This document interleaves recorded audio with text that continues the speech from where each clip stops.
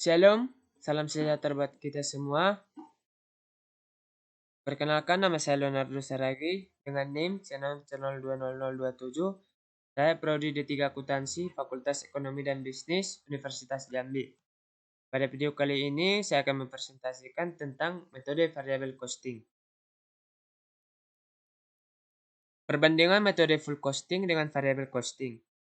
Penentuan harga pokok variabel atau variable costing merupakan metode penentuan harga pokok produk yang membebankan unsur biaya produksi yang bersifat variabel saja. Metode variable costing merupakan metode alternatif untuk menghitung harga pokok produksi di samping metode full costing yang diterima secara umum. Metode full costing dengan menggunakan metode full costing, yang pertama, biaya per head pabrik baik yang variabel maupun tetap dibebankan kepada produk atas dasar tarif yang ditentukan di muka pada kapasitas normal atau atas dasar biaya overhead yang sesungguhnya. Yang kedua, selisih BOP akan timbul apabila BOP yang dibebankan berbeda dengan BOP yang sesungguhnya terjadi. Variable costing merupakan suatu metode penentuan harga pokok produksi yang hanya memperhitungkan biaya produksi variabel saja. Dengan menggunakan metode variable costing, yang pertama, biaya per head pabrik tetap diperlakukan sebagai period cost dan bukan sebagai unsur harga pokok produk, sehingga biaya per head pabrik tetap dibebankan sebagai biaya dalam periode terjadinya. Yang kedua, dalam kaitannya dengan produk yang belum laku dijual, BOP tetap tidak melekat pada persediaan tersebut, tetapi langsung dianggap sebagai biaya dalam periode terjadinya. Yang ketiga, penundaan pembebanan suatu biaya hanya bermanfaat jika dengan penundaan tersebut diharapkan dapat dihindari terjadinya biaya yang sama periode yang akan datang. Menurut metode full costing, biaya per head tetap diperhitungkan dalam harga pokok, sedangkan berdasarkan metode variable costing, biaya tersebut diperlakukan sebagai biaya produk periodik. Oleh karena itu, menurut metode full costing, biaya per head pabrik tetap belum diakui sebagai biaya sampai saat produk atau jasa yang bersangkutan terjual, karena biaya per head pabrik tetap masih melekat pada persediaan produk atau jasa yang belum terjual. Hal ini berbeda dengan metode variable costing yang memperlakukan biaya per head pabrik tetap sebagai biaya produksi sehingga langsung diakui sebagai biaya pada saat terjadinya.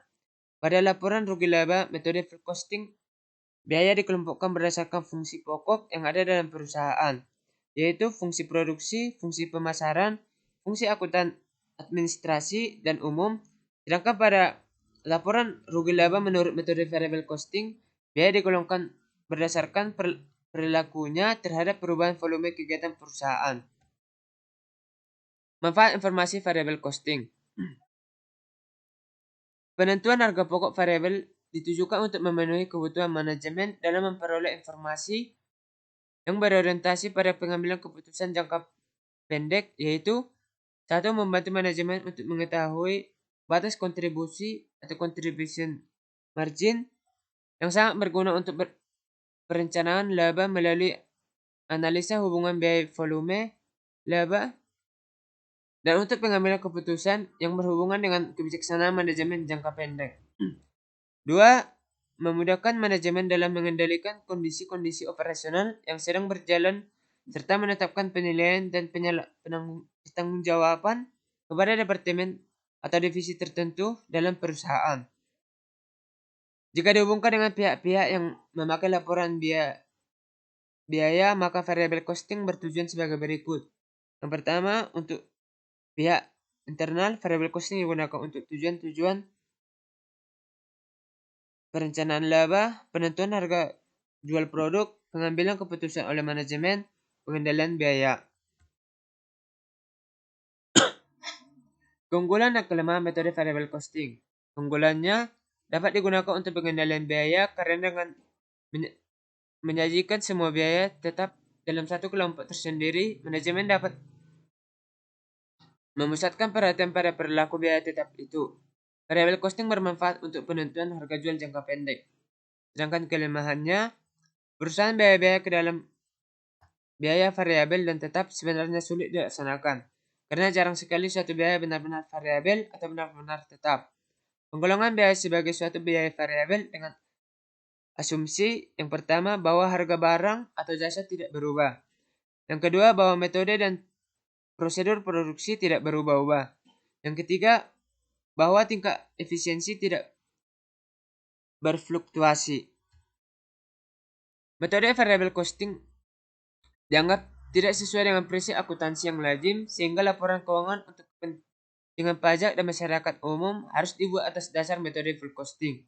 Jika biaya overhead pabrik tetap tidak diperhitungkan dalam harga pokok persediaan dan harga pokok penjualan akan menghasilkan informasi harga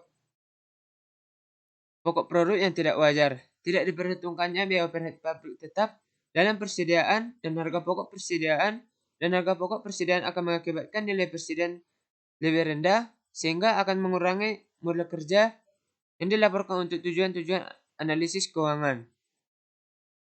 Baiklah, sekian dari presentasi saya. Jika ada kata-kata yang salah, maaf kata. Akhir kata saya ucapkan sekian dan terima kasih.